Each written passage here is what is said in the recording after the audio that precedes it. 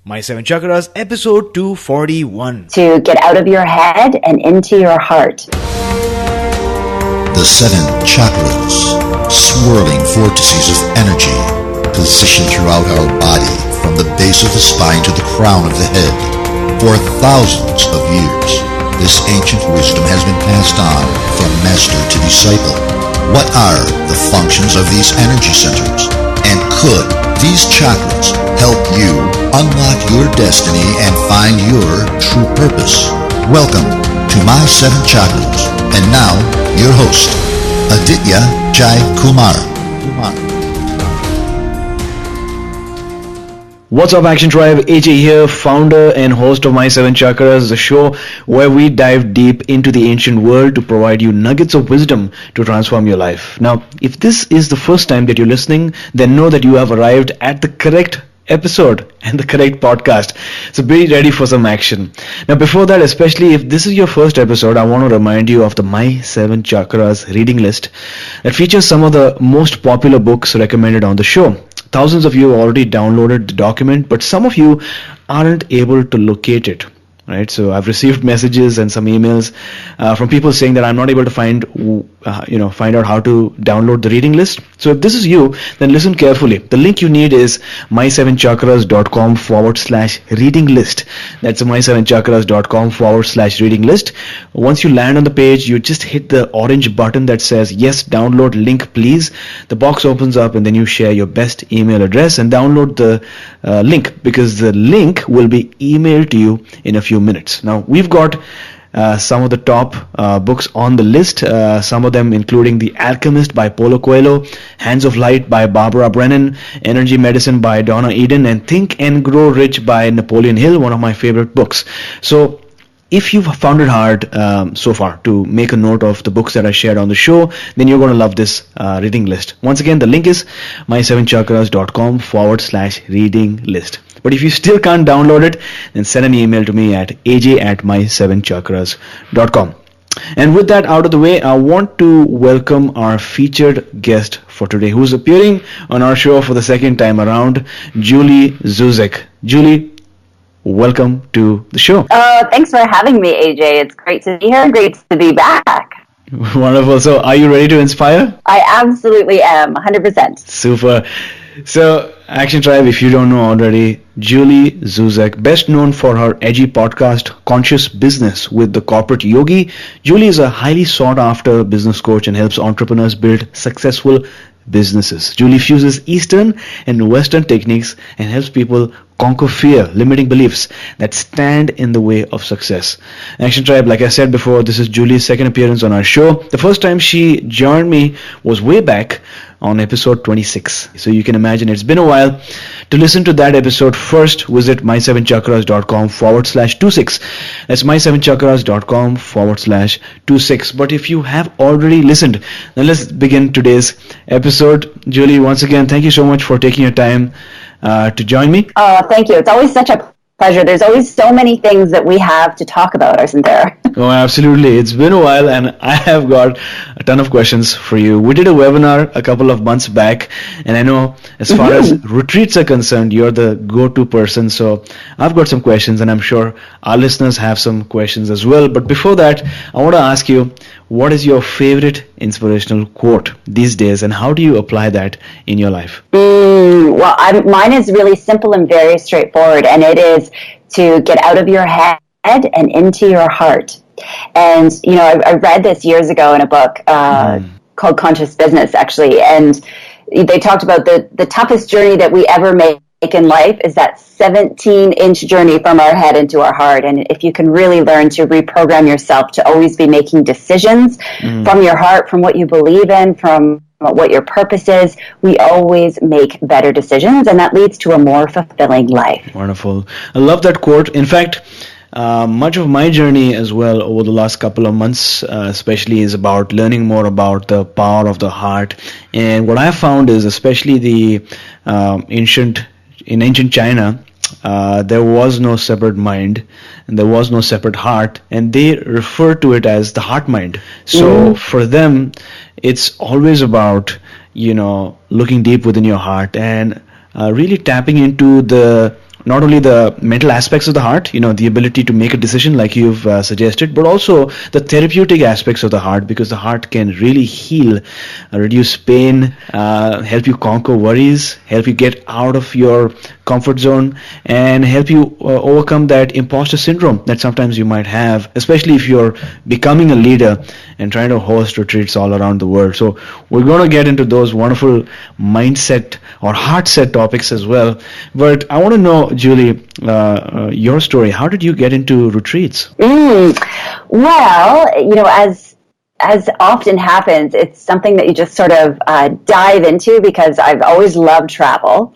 And it was a bit of a perfect storm. When we do an exercise to figure out your zone of genius, well, I'm a yoga teacher, so I love teaching. I also love running workshops, and I'm really big into personal development. So I love to teach people how to grow and to learn about themselves, because that's the greatest intelligence you can have to live your life. And then I also love to do event management. And so I have about 15 years in marketing in my background and working in corporate event marketing. And so I had that experience to actually host an event and how to market it and how to sell it. And I loved that aspect of really creating a unique experience that I knew would reach out and speak to someone in their heart about what they wanted to do. And so I kind of mashed up all those different things together and said, well, it's just kind of a natural fit for me to run retreats. I love teaching, I love transforming, I love empowering people, and I love to travel. Who doesn't love to travel? And so running retreats for me just kind of was a natural thing. It came easy to me. And I started small, as, I often give advice to people, start small with either a one-day retreat, a workshop, or a weekend retreat. And then as I grew in success and more confidence from that and built my community, then I started to run destination retreat. Got it. Well, thanks a lot for sharing. So what I'm getting from what you're saying is three things. One is the power of travel. I think humans innately are travelers. That's how we, used to find food and water, and used to travel as groups, as tribes, from one place to another, and that's how we evolved. So innately, we are travelers, and every time we travel or hop on a bus or take a flight, we feel that, or at least I feel that level of excitement and that renewed sense of adventure about knowing myself. And that's the second thing you spoke about, which is the importance of knowing yourself. Sometimes we travel across the world, but we don't know so much about ourselves. So it's important to know about yourself and also community. This wonderful aspect of traveling, finding yourself, and being amongst people who know, like, and trust you. So in retreats, you get all of that. So Julie, thanks a lot for sharing your background and how you got into retreats. But why should a person consider hosting retreats in 2017 and beyond? Well, I think primarily, it's something that I quite often, as I started to promote and sell my own retreats, I found that I had so many people come to me and say, that's what I want to do. I've always wanted to do that. And it seems to be this deep calling that people have in their heart. And, as I'm sure you've experienced, we're really at a place in our world right now, in a space and time where people are craving connection. And so the purpose of running a retreat really is, and I always talk about your big P purpose and your small P purpose. So your big P is your intrinsic motivator. It is your calling in life. And so primarily for people to connect to that, it's about really transforming people. It's about creating community, and it's about, expanding your services. So, for example, if you're a yoga teacher and you teach regularly, that's great, but it's time to sort of challenge you to go to do something new or take that next step into something creative. And then the small P purpose is, it's just a really fantastic way to be able to make a large amount of money in a small period of time. And, quite often, just because we're doing something that is in service of others and we're helping others, we don't think that we're justified in being able to make money. But since you're a big fan of Think and Grow Rich, that there is nothing more sacred and holy than being able to make money doing what you love. And the money that you make is just a reflection of the great amount of people that you are helping and serving. And so I really want people to focus on it in two different ways, is to focus on how you're helping, how you're inspiring and motivating and building your community, and then also how you are going to facilitate your money or your business to be able to be more financially viable. Wonderful. Well, thanks a lot for sharing that. The way I look at it as well is money is something that amplifies what you are already doing or what you're already good at doing, right? So if your innate nature is to serve, money will help you do more of that. And so it's so important to not only to be able to make money, but use that money to do what you love. So I love how you broke it down, the big P and the small p.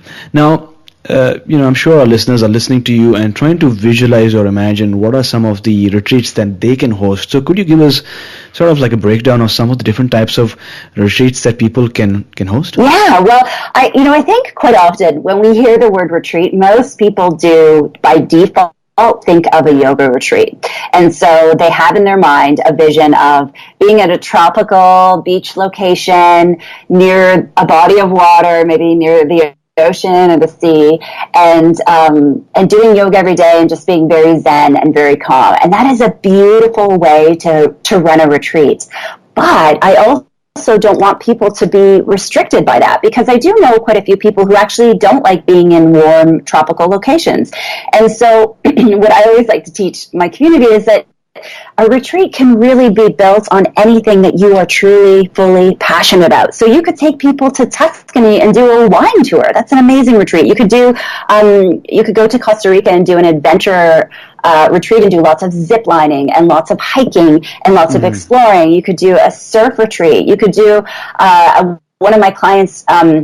She runs a global book club, so she had a bunch of her book club leaders come together, and we helped her to create a leadership retreat. So it was like part empowering them to really live their purpose. It was part of a, hey, thank you for serving the community and being such a great leader, but also here's some tools that are going to help you succeed in your business and really building a community better. So what I want is people to open up their mind. So look at the things that you are passionate about, and if it's something that you love, whether that's yoga or hiking or adventure or books or painting or writing, then you are going to be able to find a tribe of people that love that too. And then you design the experience around that shared common passion or purpose. And that is one of the most powerful ways to really run a retreat, because it's an investment for people. So you want to make sure that they're actually doing something that they love and something that really specifically speaks to them.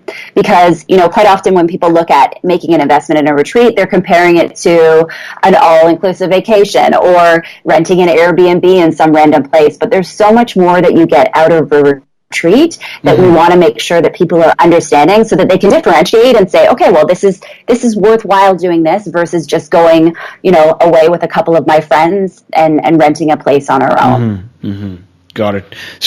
So many different types of retreats that are possible. Action Tribe, I hope you're taking note, because what I've heard is hiking, surfing, wine tasting. You can do a leadership retreat. I've even heard of people doing like a nurse retreat, where they bring together nurses or aspiring nurses and do a retreat. So it really depends on what you're passionate about or where your expertise lies. Now, Julie, my question is, what skills does it take to really host a retreat? I'm guessing that you have to be an expert at something, correct?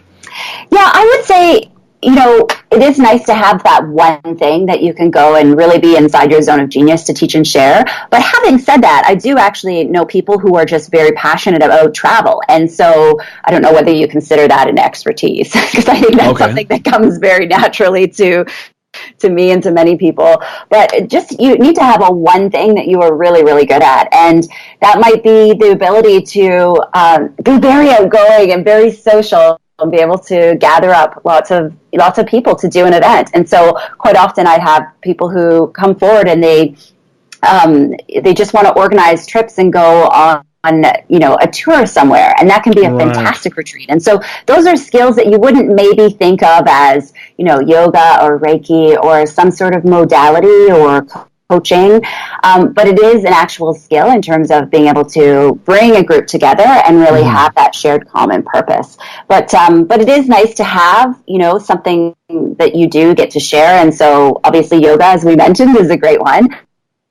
I see a lot of energy healers and mediums who like to do a retreat, because they tend to have a very large and very loyal following of people who are fascinated in that kind of work and want a deeper dive. There's also a lot of personal trainers, fitness experts, people who are nutritionists who want to take their information and help people deep dive. I know someone who's done a retreat on digestive health. So the whole thing is really focused on eating better and really building up that gut health. I also have people who are psychologists who have done a grieving retreat. So pulling together a bunch of couples who have lost a young child. And so they have that opportunity to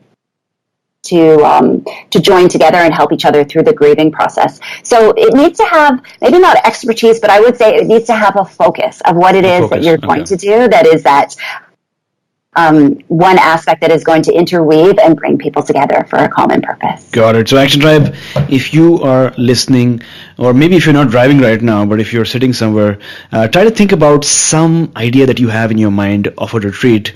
Again, the goal is to open up your mind and not be limited to some of the popular retreats that are already being hosted, like yoga retreat or maybe like a Reiki retreat, but open up your mind and try to figure out what type of retreat you can host. But also, Julie, when people tend to open up their mind, when people tend to visualize or imagine what the possibilities, quite often what also happens are some challenges that come about, right? So the mind starts saying, you can't do this, or there are some roadblocks that come in front of them, and then they say, okay, maybe it's not for me. So I want to go, or maybe talk about your journey. What are some roadblocks that you faced along your journey of hosting retreats? What are some things that newbie retreat hosts might want to look out for as they plan on hosting these retreats? Yeah, well, I have a whole set of saboteurs. So for me, I identify a saboteur as your ego, your monkey mind, your mini-me, that little part of you that is always giving you, the imposter syndrome or those negative messages. And I have a specific posse of retreat leader saboteurs that I identify. And so some of those often very, very common messages that people hear are, who do you think you are? They have that pedestal complex. Like, you're not ready yet to do this. Nobody's going to want to go on retreat with you, or you're not special enough, or you're not an expert enough. You might have done your teacher training, but you might think, oh, well, I have to have this, and this also as training and certification to be ready. And so our mind can come up with all these excuses as to why you can't do it. And so what I always say to people is get really clear, presence it, and write it down or tell someone else, and really take the power away from those negative messages, because they are not your reality. They are just trying to hold you back and keep you in your comfort zone. And so those are pretty much some of the common ones. A lot of people also have a fear of being able to sell it.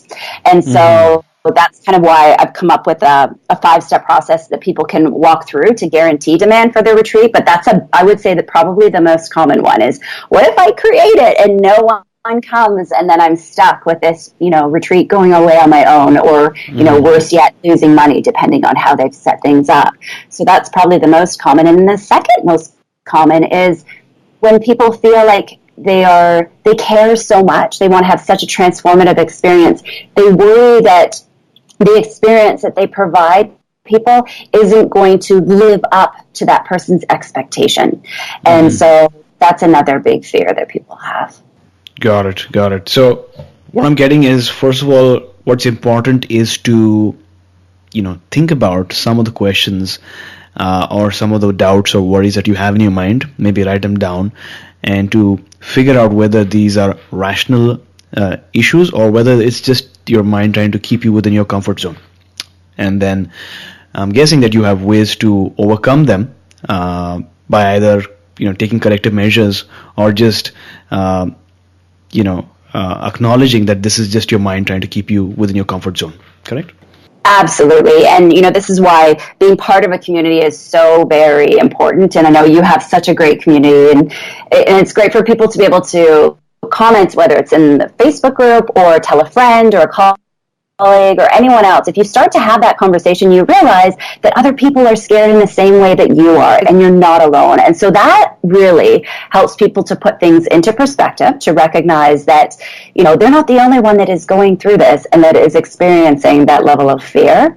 And then the other thing is to really stay connected to your purpose, which is why it's so critically important to have that big P, that intrinsic motivator. Because when you get to those places, when your mind chatter is so bad, you just want to run home, crawl under your covers, and never do anything scary again, when you have those moments, what we have to do is we have to get out of our own mind. We have to stop thinking about ourselves and our fear. And we have to be courageous to connect to the people who we are meant to serve. Because if you can connect to that purpose, to those people out there who are really, really in need of you to step up into this leadership position and create this experience for them so that they can transform and heal and evolve and grow, then you can often find the courage that you need to take those steps forward. And so the courage to really help those people always supersedes the fear that we have that something bad is going to happen. So stay connected to those people and how much they need you. Got it. So it's all about the focus, right? If you focus just on yourself and the worries that you have, and you think about it's just me,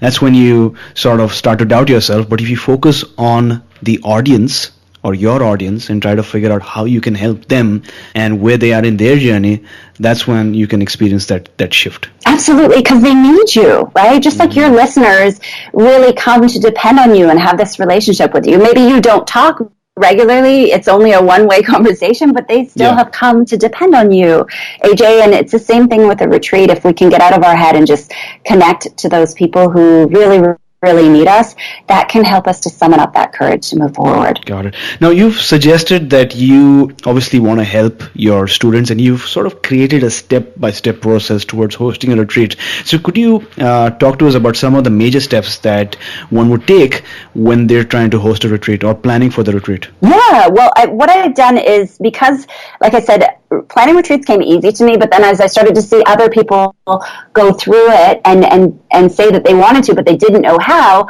I realized that this was something that I had as a gift. There's other things in my life I've really challenged with, like running the podcast was really hard for me, but retreats thankfully came easy to me. So what I did is I just sort of broke down the entire process into 5 separate steps. So I'll go through them really quickly. So we start with visioneering. And so visioneering is kind of our dreaming phase. It's where you get clear on your purpose. You create a retreat avatar, right? Because you're not trying to serve everyone. You're trying to serve that specific person who has that shared common interest. You want to do a little research to get clear on when it is and where it is that you want to host this retreat. And you also do, and this is a fancy term, but I call constellate your network. And that's really just pen and paper, and you brain dump all the different people that you know. Because here's an important, really, really important statistic. 80% of people that go away on retreat want to go away with someone that they know. Mm-hmm. And this is really important, because sometimes when we go to market something, we're like, where am I going to find these people? Well, guess what? You're going to find them up close in your life. They're going to be your students, your clients, your teachers, your friends, your family. People want to go away with someone that they trust. So you need to write down everyone who's in your network so that you know who you're going to market to. So that's the one is visioneering. Step number 2 is validating. And this is where we guarantee demand for your retreat. So as I mentioned earlier, a lot of people have a fear of, what if I create it and no one comes, right? That's a very, very perfectly normal fear. And so what we do is, just with other areas of business, we go through a validation process, which means we create a formula of what it is that we want to create for our retreat. We say, I'm going to go out to 30 people. I'm going to ask them if they're interested in doing this for this place, this price, and this time. And if they say yes, then I know that I've got demand. And if they say no, and I don't have enough demand for that retreat, then I will go back to the drawing board. And so you come up with that formula and say, well, if 6 or 8 people out of 30 say yes, then I know that I've got the right amount of demand for my retreat. So that's a really important process. It also helps us to get more confidence, because promoting is sometimes new for people if they haven't really had to sell something. Again, we'll use the yoga teacher example. If you teach at a studio or a gym and you just kind of show up and teach your class, you've maybe never built that muscle of what is it like to actually sell or promote something. And so, retreats are going to require you. They do not, unfortunately, some tough love, they do not sell themselves. You can't just put up a poster and expect it to be sold out the next day. It doesn't work like that. So you're going to have to get used to promoting and having those series of conversations with people to find the right people who are meant to come on your retreat. So that's number 2. Step 2 is validation. The step 3 is creating. And this is where we, after we validated, we've got the demand, then we book the venue, we figure out costs, we have various strategies that we use to be able to create demand, pricing windows, how do you do an early bird? We get into really a lot of logistics around that. And then create your primary marketing piece, whether that's, a web page, a postcard, whatever that happens to be, your booking materials, and have a method to collect money. So we start to get into the nitty gritty, putting on the business hat, right? Having all that stuff prepared so that you look professional when people are ready to sign up.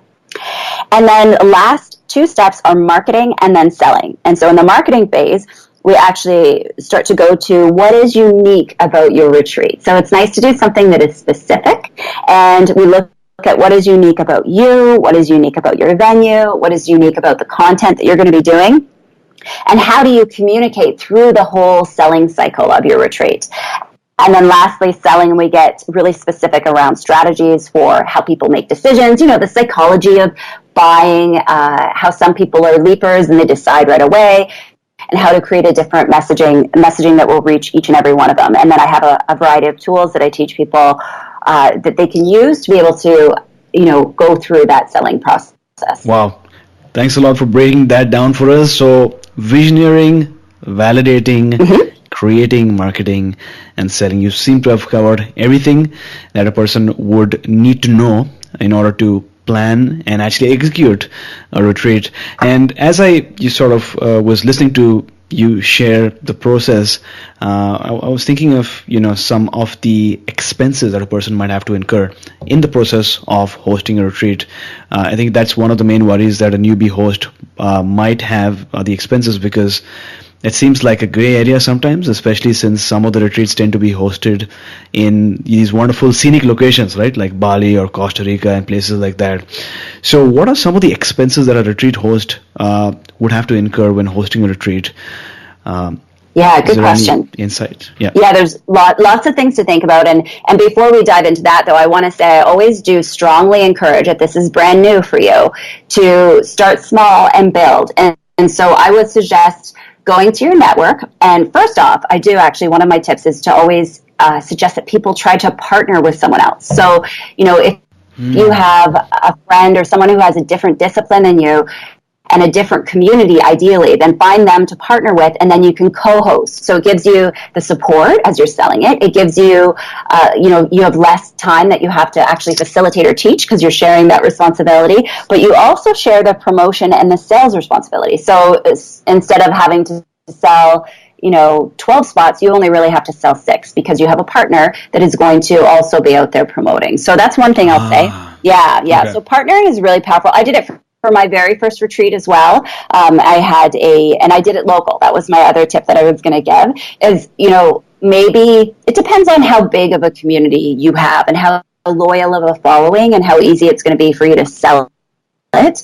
If you do have a little bit of fear around that and not sure whether you're completely confident to sell a retreat, then I would say find a way to recreate that in a less risk environment. So that might be going to a local conference center or something that is close to home that isn't involving a flight and other variables that might make it a little bit more expensive, or do a one-day retreat. And so once you have that experience under your belt, then you're going to be able to build up your confidence. You're going to be able to replicate that one-day retreat maybe into a bigger capacity and to say, okay, well, this was great to do this weekend or this smaller version. Now we're going to do a bigger version of it next year in Costa Rica. Who's in, right? And so then you've already sort of created that demand and built that relationship. And when you are ready to do a destination retreat, what the reality is that you're most likely going to have to put a deposit down to secure your space. And this is, just natural expectation of any retreat centers. It's very common. It varies. Sometimes it can be 20% of the overall cost. Sometimes it can be 50%. It is typically negotiable, so definitely talk to the venue and see what they can accommodate. But yes, you will need to put that money down and be able to hold your spaces. So that is probably what I would say is the biggest expense. Another expense would be your flight. So once you know that for sure this retreat is going to happen, you're going to have to pay for your flights. You want to make sure that as you're figuring out your margin and your profit of how much you're going to make, that also includes the cost of your airfare and your co-host, if you have one, all of those expenses. And then some of the other smaller things like your promotion, your marketing materials. If you're going to, if you have regular classes you teach in person, you might want to have some marketing materials printed out. Postcards are always fun because it gets people excited. If there's a really beautiful visual that's engaging on the front of them, you might do some social media marketing, some Facebook advertising, whatever that happens to be, or promotion in a retreat directory is really powerful too. Nice. So there you go, Action Tribe. A retreat can be really, really exciting as you imagine, as you try to visualize what is that retreat that you can host and where you can host it. So before trying to attempt maybe a destination retreat, if this is your first time, maybe a destination retreat in Costa Rica or Bali or Croatia, I don't know, some amazing location. Before you do that, because a retreat is like a project, it's good to start small so that you can have a local retreat, so that you learn the process, you get the experience, you get those initial people who attend the retreat and who then become your advocates and your evangelists for your retreat. And also a good idea, like Julie said, is to not try to do it yourself, but to maybe get a co-host who can not only co-host the retreat with you, but also share the responsibilities of marketing and promoting and selling your retreat, so that it becomes like a teamwork, and together both of you can learn the process of retreats and then attempt those larger destination retreats where you already have people who love what you do and what you stand for. So Julie, I know that you help your students manage energy levels, right? During this planning, which I'm sure can be very daunting, and to help them avoid burnout. And like you've alluded to, you're speaking about this from your experience, and to avoid your students going through what you had to go through.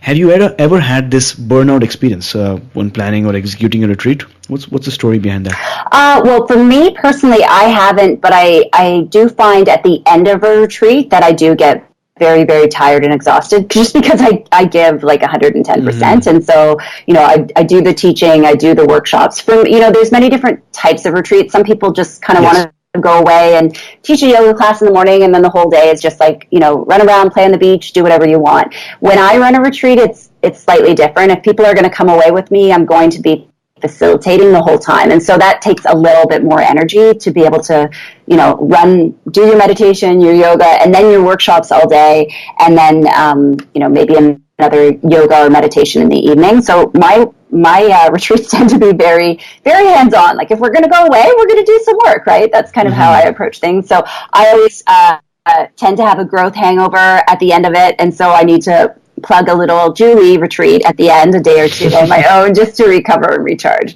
And then as far as the planning, I have seen people get not really burnt out, but I would say discouraged, in terms of the selling cycle. And that's why I always say to people, if you're doing a destination retreat, have at least 8 to 12 months of lead time. And there's lots of reasons, we go into that retreat. Yeah, you want to make sure, because a lot of people, especially your travel junkies, the people who love travel, they have their trips sort of planned out in their mind at least a year to 2 years in advance. And so there's nothing more heartbreaking, AJ, than going to someone and saying, hey, I have this great retreat coming up. What do you think? And they'd say, oh, I would love to do that, but I just booked such and such trip, right? And that is really heartbreaking because they're the perfect person. They want to go, but they already have another opportunity. And so as much as we want to dive in and just say, okay, I'm going to do this in 3 months, what you do when you do that is you decrease the amount of people that you can market to, because a lot of those people have already booked something and committed to it financially. So you want to give yourself lots and lots and lots of lead time. And so the other thing I teach people is to have different selling cycles. So for example, just like if you've seen any event or workshop or program, quite often there's different price points for, whatever time period you're in. So you have a really aggressive, great, intro price for the early bird. And so what I ask people to do is to really manage their energy levels and say, you're going to do a big blitz for that early bird right up until it expires, and then you're going to take a step back and you're going to regroup, and then for your next price point you're going to do another pitch again. And so you don't promote at 100% the entire selling cycle, because you will burn out. But what you want to do is you want to that out ahead of time so you don't feel like you're marketing into the ether each and every day. You want to make sure that you have those dedicated windows and manage your energy levels accordingly. So thanks, Julie. It seems like you're sharing some really amazing insider secrets with us, and I'm sure that our listeners are loving it as well. And I think what you're sharing can be applied to conferences as well, right? Because I see a lot of conferences being promoted the same way. They do a very intense early bird promo, and then it sort of dies out. They stop it, exactly. And then continue after a couple of months, and that's great as well. You don't want the conference promoter to be promoting all throughout, because then the person might sort of wonder, why is there so much promo? But at the same time, it encourages and incentivizes people who want to take action early on by giving them a better rate, and those who are waiting for that decision about whether or not they're going to travel somewhere else, they don't mind spending a little bit more as long as they get that additional time to think about it. So that's right. Love what you're sharing with us. Now, Julie, I want to now move on to the mind, because the mind, or the limitations that we have within our mind, is something that can prevent us from taking action. And I think that these questions that I'm going to ask you can be applied not only to retreats, but also to any venture, any business venture, or maybe if you're starting out something new in your life. So hosting a retreat, especially for someone who's doing it for the first time, can be a daunting experience. It can be challenging. It can be a bit scary. So Julie, in your case, how did you go about stepping out of your comfort zone? Are there any mind tricks or hacks that sort of you used to overcome your fear or self-doubt? Yeah, I think for me, probably going back, my biggest fear was because I did this quite a few years ago, and I had just moved to Toronto at that time, so I didn't have a very big community. And so I think the biggest fear I had was, do I have enough people who would be interested in this? And so I think that's why I chose to partner up with someone who had been also teaching in the city and had a really big community, and sort of said, hey, I have the business background, and I'm happy to run with all the details. You have a huge global community, so why, that was kind of my pitch to her as to why it would be great for us to kind of partner up together. And so that's how I addressed it. That was, I would say, my biggest fear, but I do see a lot of other people go through different things, because like I say, I train retreat leaders all the time. And so, getting through and getting clear about what that fear is so critically important, because you have to presence it and you have to know what is causing your fear, because that's the only way that we can really lean in and address it. And, to your point, you absolutely will be stepping out of your comfort zone. And the other thing is you have to be comfortable with self-promotion. If you're not able to step up and talk about this experience and how incredible it is and what a great opportunity is, then it's going to be challenging for you to sell your retreat. And that's why I always make my students go through the validation phase, because they're not only validating, price, because, it's different to sell a $1,000 retreat than it is a $5,000 retreat. Those are very different experiences. And if you create a very expensive high-end retreat, but you realize your community is all millennials who don't have a lot of disposable income, then you know that you're off track. But the other great thing about going through this validation phase is it helps you get a little bit of dipping your toe into what it feels like to promote, to self-promote, and to sell. Because, like I said, that's new for some people. And so you want to dip a toe, see what it feels like, get used to it, and then, you'll know in that moment whether it's something that you are ready to do, or whether you need to go back to the drawing board and find something else to sort of shore yourself up, whether that's a co-facilitator or 2 or 3 maybe of you who want to join together, or maybe it's scaling back and saying, I'm going to do something a little bit closer to home or less risky to build my confidence. And so getting comfortable with self-promotion is really important too. Got it.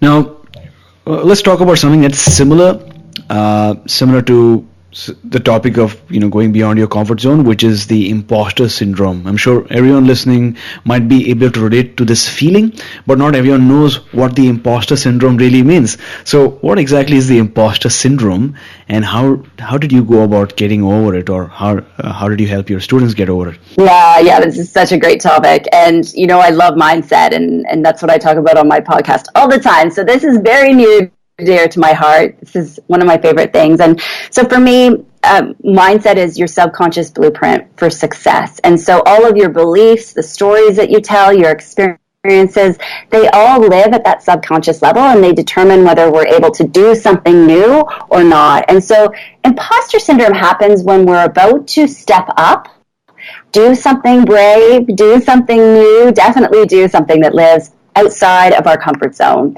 And when we have that urge or that calling, or we have that vision to do something bigger, we quite often hear these negative voices that tell us, that who do you think you are? You're not ready enough to do this.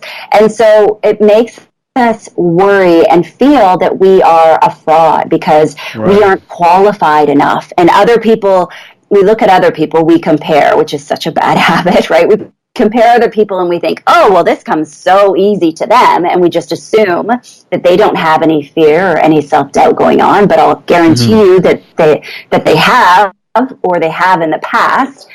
Everyone's dealing with this at some level. So your imposter syndrome is really quite this paralyzing fear that we have, that if we do something new or courageous or we step up, that we are going to be called out, we're going to be embarrassed, people are going to find out that we're actually not as qualified or as confident as we are, and we're going to make a fool of ourselves. And everyone has imposter syndrome. Everyone does. And so I think it's so great. Thanks for bringing this up, because this is a really important part of retreat leader planning, is to do this leadership work as your foundation before you dive in. And I make all my students go through a leadership and mindset module before they dive in, because they were like, okay, I know, I just want to start playing. I'm like, no. We have to clear the fear. We have to talk about your comfort zone. We have to talk about your mindset. We have to talk about, self-promotion and how good you are at it, and building that muscle before you actually dive in. Because if you have to deal with these things in the moment when you're in the middle of your selling cycle, then it's going to be a lot harder. So it's better to go through it and know what you're working with, and then we can, have a smoother process of creating and selling your retreat. Love that. I love the approach that you have, and to deal with the right things first, so that you don't get into the latter stages and have your mindset challenges still limiting you from how you can execute. So planning first, strategy first, and only then execution. Now, selling the retreat is one thing, and actually hosting and facilitating the event is another skill altogether. So firstly, what are some of the keys to creating that level of intimacy and trust among your attendees, especially since most of them are going to be strangers? Are there some things you do or not do to make the event more fun and intimate, especially on the first day? Yes. Okay, I love this. You're touching on all my favorite topics, AJ. This is why I love coming on this podcast, because we're so in sync. And so that's the one thing I say is, to create a retreat, what is the one thing that makes a retreat different than just a group vacation or a trip that you just take randomly with a bunch of people? And to me, it is the facilitation and your step into a leadership role. And that is the one thing that really differentiates it, because you are going to do all these, at a minimum, these variety of different things to really create that intimacy and trust. So a couple of them I'll give right now, which are really, really important. First is to always kick off with a designed alliance and an opening circle. So I like to do this at the very beginning of the retreat, and I give everyone an opportunity. I do a little icebreaker exercise, just to kind of raise the energy and get a little levity in the room, something that gets people moving. Because you're right, there are a lot of people that are either really shy, they have social anxiety, or they just don't know everybody else in the group. And so you want to have some sort of opportunity where you're asking like a deep dive question, like what are you bringing to the retreat? And so that can be a really good open-ended question to get people to present some fear. Like, for example, one of my retreats in Mexico, I had no idea, but during this opening circle, 3 of the girls said they were terrified of bugs in the jungle, right? And so once we found that out, then all of a sudden it was just so beautiful to see everyone kicked in to say, okay, well, you know what?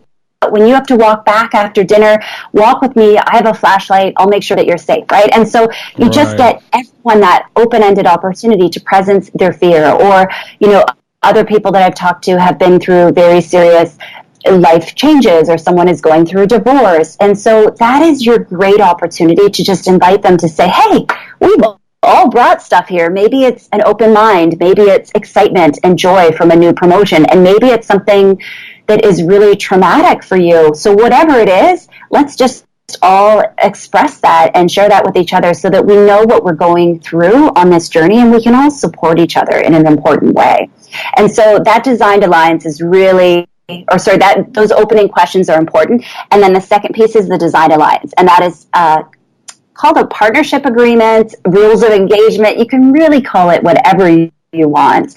But it's just saying, okay, everybody, like, what is acceptable as we go through these next few days together? We want to have, what do you want in this space? So people might say, well, we want to have support, honesty, trust, respect. So what is acceptable? And so you also want to say things like, cover off logistics. Like I like to tell people, your 6 a.m. meditation is optional. You don't have to be there. You want to day 3, sleep in. You think that you are better served sleeping in and skipping a yoga class, then you go ahead and do that. Don't feel shame that you're not going to be there.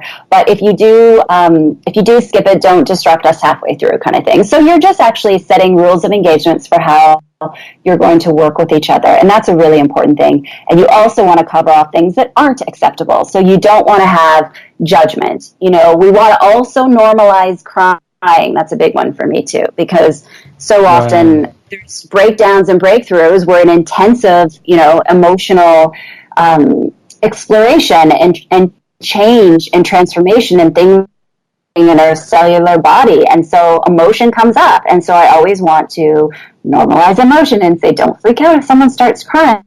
Crying isn't a sign of weakness. It's just energy and motion. And so that's what I do is I like to normalize crying a lot as well.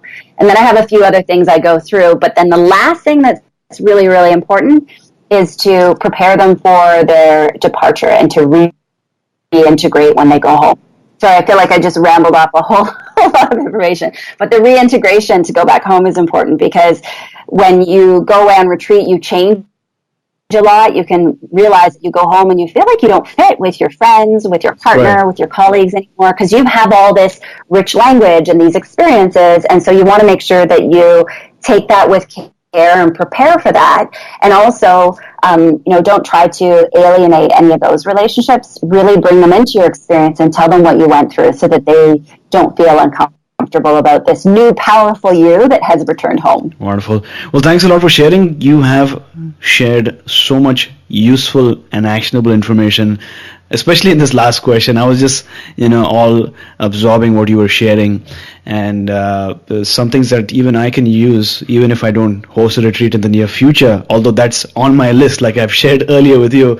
But, even if you're hosting an event, Action Tribe, just kicking it off with sharing or encouraging the attendees to share what their fears are, what they look for to the event, setting the expectations, rules of engagement, and also addressing what the norms are going to be for this event that is going to take place over the next 2 to 3 days. I think those are wonderful tips that you can use in your life as well to ensure that you have a wonderful, intimate and close and together tribe over the next couple of days. And I love the quote that you shared, Julie, which is, crying is not a sign of weakness, it is energy in motion. I've not heard of that before, but that is really powerful.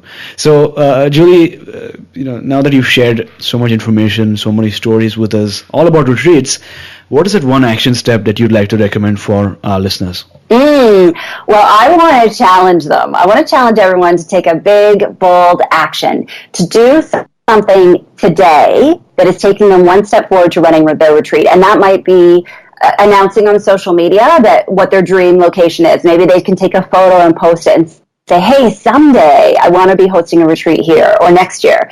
Or it might be telling someone about it in person, telling a stranger in Starbucks. Or if anybody's really, really serious about actually getting into, running retreats or doing a workshop or something leading up to it, I do have a free course on my website that I would love people to check out and take. So it sort of builds on and deep dives a little bit into what we talked about today. And so they can find that at retreatu.co. So retreatu.co. Awesome. So there you go, Action Tribe, retreatu.co. That is the action step that Julie has given you. Do something today that will take you one step closer to actually hosting your own retreat. For further information, you got to go to retreatu.co and sign up for the challenge that she has in place for you. Action Tribe, I hope you're having a great time learning about retreats today and learning how you can live your life of purpose and grow your movement. And on the topic of leadership and creating a movement, I've got a message for you. Many of you are going through a lot of change in your life, especially when you come back from that retreat. Maybe most of the change, as we've learned today, happens internally, which manifests externally. In such a situation, there's a tendency for you to want to change others as well. Maybe your family members don't see the opportunities in life that you see. Maybe your co-workers don't support you or believe in your newfound beliefs or ideas. Maybe your close friends don't have the same drive as you do. Don't try too hard, because everyone has their own moment of realization of the truth. Don't force it on them, because in the end you will end up draining your own energy. And it's important, as we're learning today, to avoid that burnout or to conserve our own energy so that we are able to serve more. Just be receptive, welcoming and open to any genuine questions or inquiries that they may have about your new found way of life, because they will at the right time.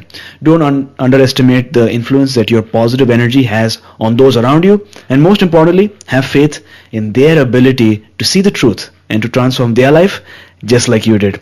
Because like Johann Wolfgang von Goethe once wisely said, look at a man the way he is and he only becomes worse, but look at him as he were what he could be, then he becomes what he should be. So just keep that in mind as you take steps in your life, in changing your life and transforming your life. And with that, we've arrived at the last round for today, the wisdom round.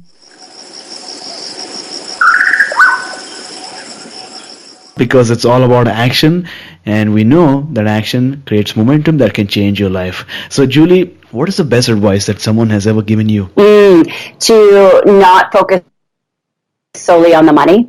You know, that money, if you need to recalibrate and let go of something, shift gears, and then refocus on your purpose, the money will come to you. But stay connected to what you really, really, truly believe in, and don't compromise your values. Name one personal habit that keeps you strong and keeps you going. Meditation, of course. Great. And what is your morning routine like these days? What do you do in the morning? Yeah, I do a little bit of yoga, just gentle stretching. I do my meditation, and then I do my gym workout after that. And then after the gym, I do a goal, like I run through my goals, my journaling. That's sort of the main schedule that I have these days. Got it. So name one book that you'd like to recommend for our listeners today. Okay. I have one that I just finished that I absolutely love. And so it's The Subtle Art of Not Giving an F-Bomb. I'm not sure if we don't swear on this podcast, do we? Okay. Yeah. So The Subtle Art of Not Giving and then the F-Bomb. It's brilliant. It blew me away. I feel like so many books I've read lately these days just kind of regurgitate a lot of the similar information, and whereas this one was really new, really fresh, and I really, really enjoyed it. So Action Tribe, if you want to listen to this book for free, then know that you can, because of audible.com, they're offering Action Tribe one free audiobook download. Now, in case you haven't heard of Audible, it's amazing. I listen to Audible books all the time because, if you're traveling or you're transit or, if you just can't hold a book, that allows you to do so. Right. So like I said, audible.com is offering Action Tribe one free audiobook download with a free 30-day trial so that you can get to check out their service. In case you don't know, they've got over 180,000 titles to choose from for your various devices like iPhone, Android or Kindle. And they also have bestsellers like The Chakra System by Anna Judith, Autobiography of Yogi by Paramahansa Yogananda, and A New Earth by Eckhart Tolle. And they do have, I believe, this particular book, The Subtle Art of Not Giving a Funk, as well. To download your free audiobook today, go to my7chakras.com/free book. Once again, that's my7chakras.com/free book to start listening to your book right away. So Julie, thank you so much for connecting with me and to appear on the show once again.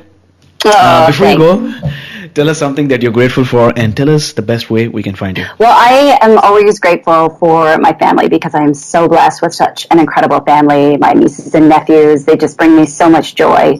And I really, really want to say thank you. Thank you for, having this conversation with me again.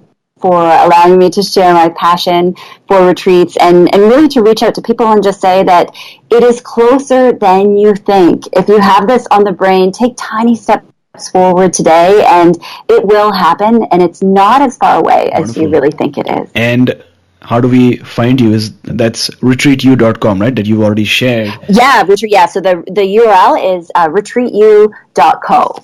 So retreatu.co, and I have on there a free opt-in for a retreat leader training that deep dives into all the good stuff that we talked today and a little bit more, and there's some mindset work in there. There's lots of good content, so it's a fantastic course. So I highly suggest that. We put a lot of love and a lot of attention into creating it, and it's just a lot of fun.